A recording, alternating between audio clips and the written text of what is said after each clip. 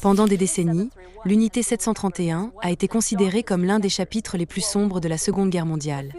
Mais peu de témoignages sont aussi détaillés, voire accablants, que les aveux de Kiyoshi Kawashima.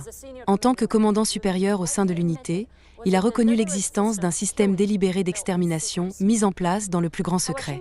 Kawashima était un bactériologiste, médecin et général de division militaire japonais.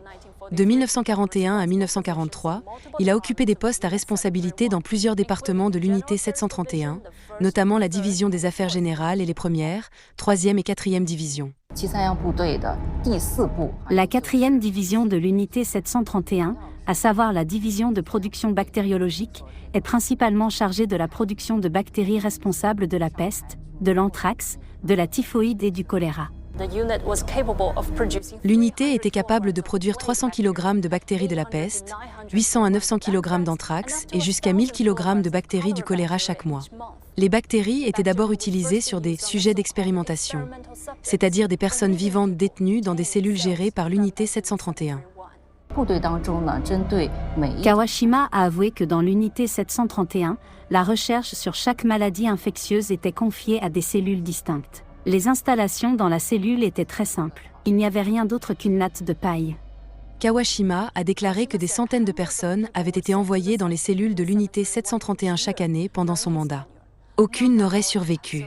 Kawashima a qualifié l'unité 731 de ce qu'elle était réellement, une usine de la mort. Il a déclaré que personne ne pouvait sortir vivant de cette usine de la mort. Au cours des expériences bactériologiques, si quelqu'un avait la chance de se remettre après avoir été infecté une fois par des bactéries, ce n'était en réalité pas une chance, car il était soumis à des expériences répétées, infecté par d'autres bactéries, jusqu'à ce que mort s'ensuive. Le document confirmait que les sujets expérimentaux, c'est-à-dire des personnes vivantes, étaient disséqués, conservés comme spécimens puis incinérés. En 2024, un autre ancien membre de l'unité 731, Hideo Shimizu, est retourné à Harbin pour la première fois depuis plus de 80 ans. Debout devant les ruines, il a identifié les sites clés et a admis ce qu'il avait vu. Je me souviens avoir aperçu cette pièce par hasard une fois. À l'intérieur, j'ai vu des spécimens de femmes enceintes avec des fœtus encore dans leur utérus, ainsi que des mains humaines, des organes gastro-intestinaux, des cerveaux et presque tous les autres types de tissus humains imaginables. Ces atrocités ne se déroulaient pas qu'à l'intérieur. Kawashima a également avoué avoir mené des expériences à grande échelle sur le terrain.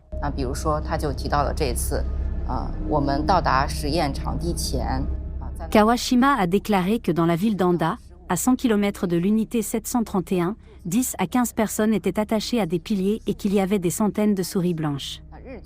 Une centaine de personnes participaient aux expériences, et tous les soldats japonais restaient à l'abri. En tant qu'officier supérieur, Kawashima avait un accès direct au commandant de l'unité 731, Shiro Ishii, et savait comment les armes biologiques étaient déployées en Chine, de Ningbo à Changde, le long de la voie ferrée Zheng, Jiangxi, et dans d'autres endroits. À Changde, dans le sud de la Chine, Madame Chong Jin-chu, âgée de 78 ans, garde encore le souvenir des souffrances endurées par sa famille. Mon père m'a dit que ma grand-mère était morte de la peste. Elle avait de la fièvre et des ganglions lymphatiques enflés partout. Le frère de mon grand-père est mort la même année. Notre famille était pauvre, nous vendions des plats dans la rue pour survivre. Bien sûr, je ressens encore cette haine aujourd'hui. Ce journal, découvert dans la bibliothèque de l'agence de défense japonaise par un chercheur japonais, a été rédigé par un officier d'état-major de l'armée impériale.